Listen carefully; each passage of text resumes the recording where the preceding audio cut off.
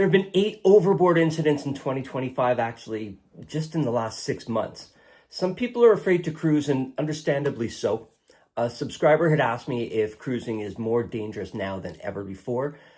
I looked into this, and let me share what I learned. Ahoy sailors, my name is Rob, and I'm here to tackle virgin voyages one topic at a time. Welcome to OVT. So the first incident of the year was on March 3rd, and it got a lot of media attention. The person who went overboard was Kimberly Birch, and she was the fiancée of the lead singer of Faster Pussycat, a band that was playing on the 80s themed cruise. Because of his level of fame, the incident was covered by mainstream news and was seen by tens of millions, maybe even more. Not to get off topic, but the ship that this happened on was Royal Caribbean's Explorer of the Seas, a ship that some cruisers consider to be cursed, because this was the 5th overboard in the ship's history and the 3rd in just over a year.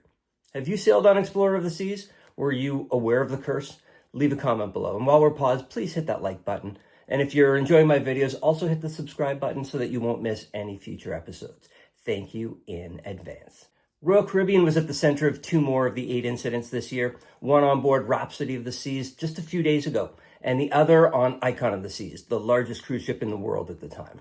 But the controversy is much broader than just Royal Caribbean. The other overboard incidents were on the Sun Princess, the Costa Deliciosa, Norwegian Star, and on 2 Disney ships, the Disney Wish and the Disney Dream. So should we be worried? Have the cases of overboard passengers become endemic? Well, let's look at what happened so far this year, the causes, how it compares to years past, and whether it's something that should make us all think twice before we choose to cruise. Of the 8 incidents, 3 of them were crew and not passengers. Not that that makes things less concerning, but it does reduce pretty significantly the number of passengers overboard.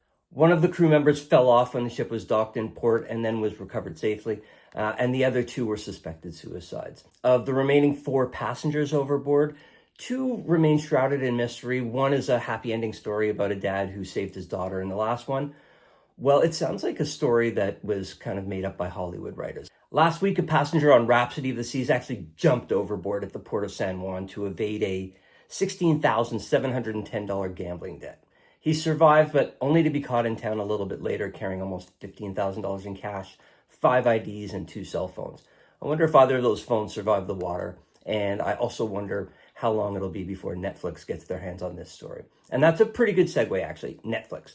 Do we think that Amy Bradley, the documentary, has added to our paranoia? It must, right? Kind of like the story of the singer's girlfriend going overboard.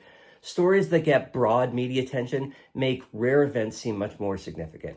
And 5 of these overboard stories came after the July release of Amy Bradley. One of them was just 8 days later. So of course we're all tuned into them with much more curiosity. So removing the crew events and the casino passenger who jumped off, that means that there were 3 mysterious passenger overboard incidents that we know of in 2025. Does that sound less shocking or even less concerning? I read a statistic that overboard incidents are up 20% over the past 10 years, but then again, the number of cruisers over that same time span has increased by 49%. So are these incidents actually less prevalent now, but because we hear about them more, they seem like more of a regular occurrence? Here's what we do know. Balcony railings are about 4 feet high. Can you lean over and fall? Sure, but people don't just fall over doing normal cruise things. Really, it's really, really rare.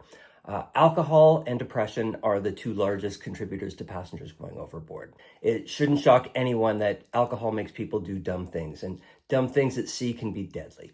And depression is a horrible disease that unfortunately doesn't vacation while you're cruising. Last year, 34 million people cruised, and it's estimated that this year that number is going to go up to over 36 million. So 5 or 10 or even 50 people going overboard, it's tragic, but it's still really uncommon. And you shouldn't worry that it can accidentally happen to you. Like so many things, media attention makes a literal 1 in a million event seem much more common. Go cruise, and while you're on board, go book another one, because cruising really can't be beat. And you're not going to fall overboard if you're not doing anything stupid. You have my word on that. Well, that's all about our fear of falling overboard, and that's my one virgin topic for today. Do you have any questions? Are there any topics you'd like to hear about? Leave me a message below. And until next time, ahoy sailor.